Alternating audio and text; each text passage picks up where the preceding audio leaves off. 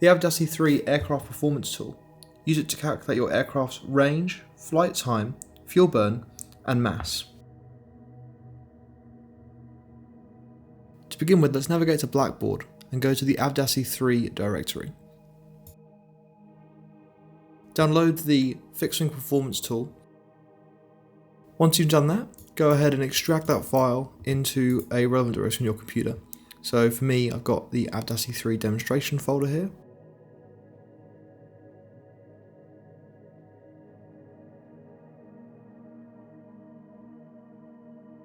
I'm just going to extract that whole directory into there.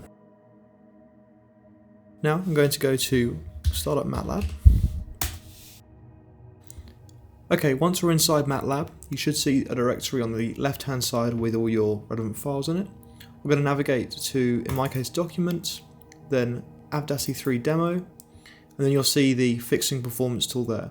What I'm going to do next, I'm going to right-click on the FixedWing Performance tool. I'm going to navigate to Add to Path, and then selected folders and subfolders. And what that's going to do is add all of the relevant folders within that directory onto the path. So whenever something is called, it knows where to find it because it will be on the relevant path for the compiler in MATLAB.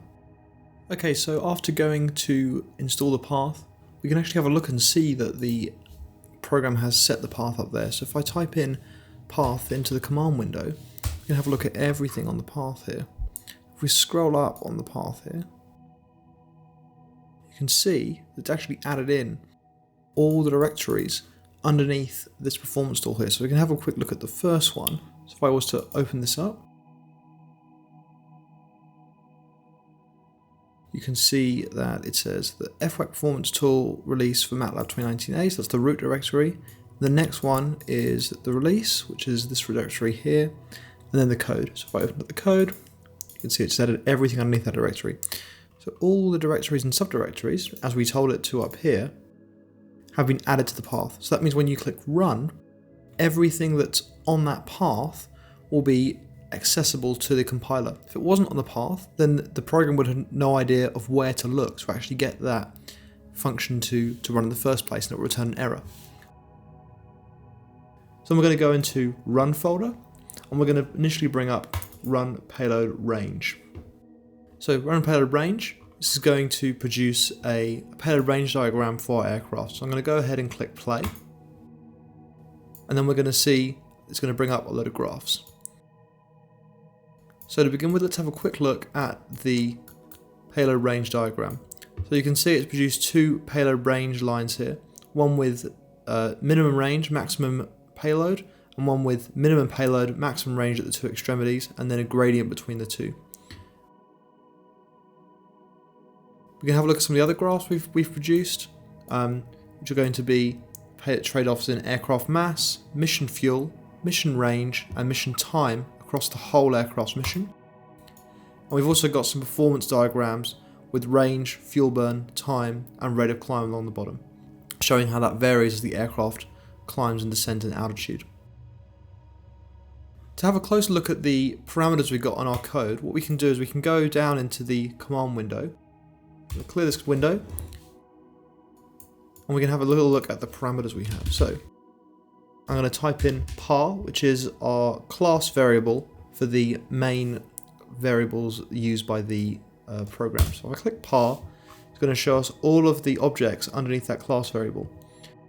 Specifically, par is an object with all the parameters needed for the program to run.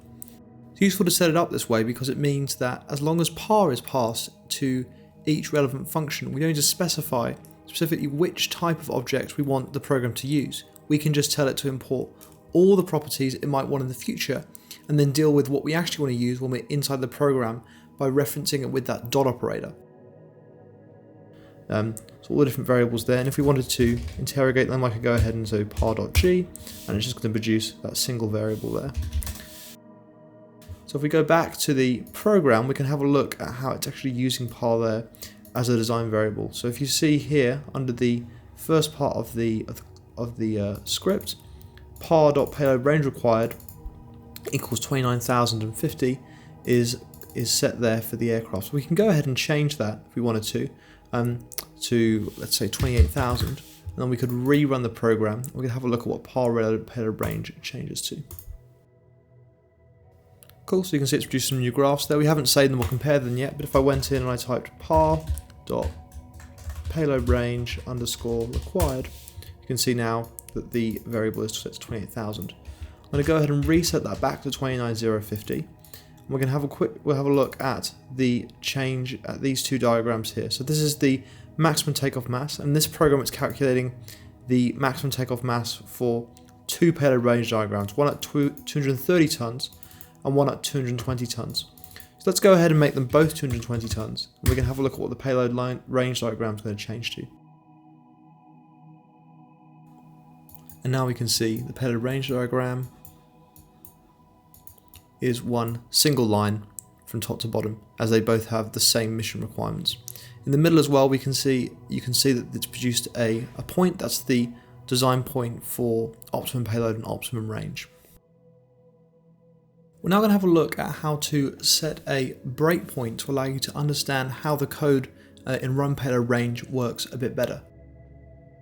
Breakpoints are a useful form of debugging that allow you to inspect elements within your current MATLAB script, but also different functions and objects that the program's calling. So to set a breakpoint, we're going to start off by, if you see on the left-hand side here, there's some dashes. We can click those dashes to form a breakpoint. So I'm going to set one here on line 13 by clicking there, and you see a small red circle has been formed. So when I click run, the code will only ever execute up to that point, and then it will break and wait for me to tell it to do what to do next. So do that, and now I'm going to go ahead and click run, and the program is going to run up to the breakpoint, which is where that green arrow is formed. So it's telling me it's got to the breakpoint, and then it's about to execute the next line of code. Then it's showing you several different options of what we can do. If you look up in the editor here under debug, so we have continue, which allows us to continue to the next breakpoint if there was one that existed. We can step, which means that we can go on to the next line of code. We can step in, which means if it was a function, we can go into that function and go to the first line it's going to execute. We can step out. So if we're already within a function, we can go back out to a level up from where we were. So for example, if we'd already stepped in. So I'm going to go ahead and press F10 to step to the next line of code. Sure, it's just done there. So then now what it's saying is we're at line 14 and we're about to execute that. So I'm going to press F10 again, and it should print out aircraft performance tool in the command window. Let's see if it does that. There we go. You can see in the command window, it's now printed out aircraft performance tool. And it's also come up with this K down the bottom here, which is telling us that we are in debugger mode and we can interrogate different variables. So I'm going to continue along and we'll have a look at that. So we're now at parfunc, and it's just run parfunc. In the workspace, you can see it's put parfunc up here, and if I typed in parfunc into the command window, it will show us exactly what it is. Aircraft Boeing 777 Jenkins. So I can now continue along. Let's have a look at what the program actually does. So it's going to display parfunc. So I'm going to bring in par payload.range, and this part up here set the parameters for payload range with this eval function. Bring up payload range required. Then it's going to set the method we want to use to interpolate, either a linear one or a spline one. Then it's going to set up a mark number. Then it's bring out a second maximum takeoff mass talked about before. So calculate the properties of the payload range diagram. And there you go, you can see it running the bulk of the code now as it's running this find payload range diagram function. So I'm going to plot payload range. We can see it now bring up that graph. Then we've got plot mission. And that's going to bring up all the mission graphs. Now we've brought up all of those graphic variables, it can then go in and basically write on top of those.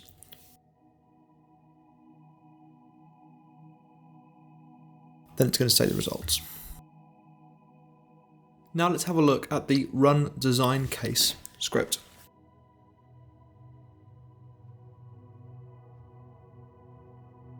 The run design case script is aimed to be able to let you run several different cases of the mission at different design points by sweeping through different parameters that are set beforehand.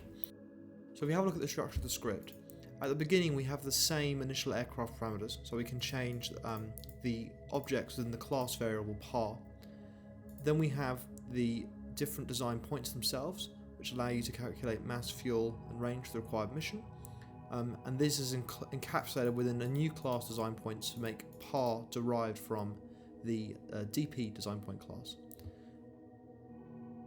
Then in each profile we can set the requirements for each par variable amongst itself and then compare them one to the other. So by default here we can see we've got par range required for the second one is set to 3000, par range required for the third mission is 4779, and then par range required is also 4779 for the initial one. So let's go ahead and change that and make it 2000 for the first one, 3000 for the second one, and 4000 for the third one.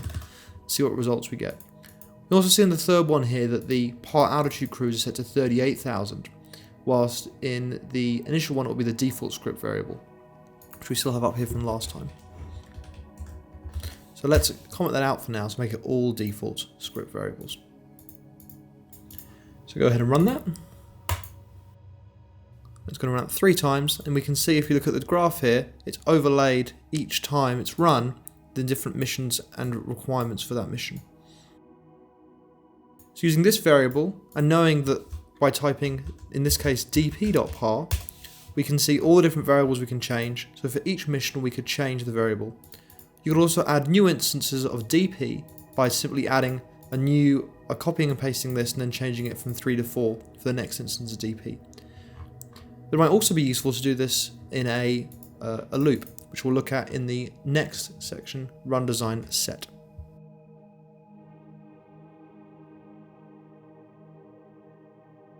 It's very similar to run design case, but it allows you to sweep through a variable in a loop at a given increment. As before, we have the same initial setup to initialize the parameter class. Then we have the bulk of the function itself with the loop. So we set a variable parset, which loops between the initializer and the final variable of our loop, and then an increment. So in this case we're sweeping between Mach number, so we're going to set the initial variable at 0.78 and the last one at 0.84 at increments of 0.01. By varying parset, it will then sweep through each time for the mission, producing a different graph for each design point and showing us how Mach number will vary with our parameters. So if I go ahead and now run this function, and critically we can see here the mission climb performance for each design case is being produced and overlaid on the graph each time here. And then the critical variable here is the design set performance, where it's produced 2 lines, one with drag rise off and one for drag rise on. So you can see at the beginning here we've got the default one with drag rise set to off as it is by default, and then the second one here where there is param.dragRise equals 1 or true, which is effectively a boolean, and that allows it to have a drag rise. So we have a look at that graph. We can see here at high speed that line there where the drag rise becomes smoother because it's being calculated with the drag rise on versus the drag rise off. This has been the AVDASI III aircraft performance tool. If you have any questions, please feel free to email myself or one of my colleagues via the emails that should be in the Blackboard link with this video. I hope you enjoyed our video. Thank you very much.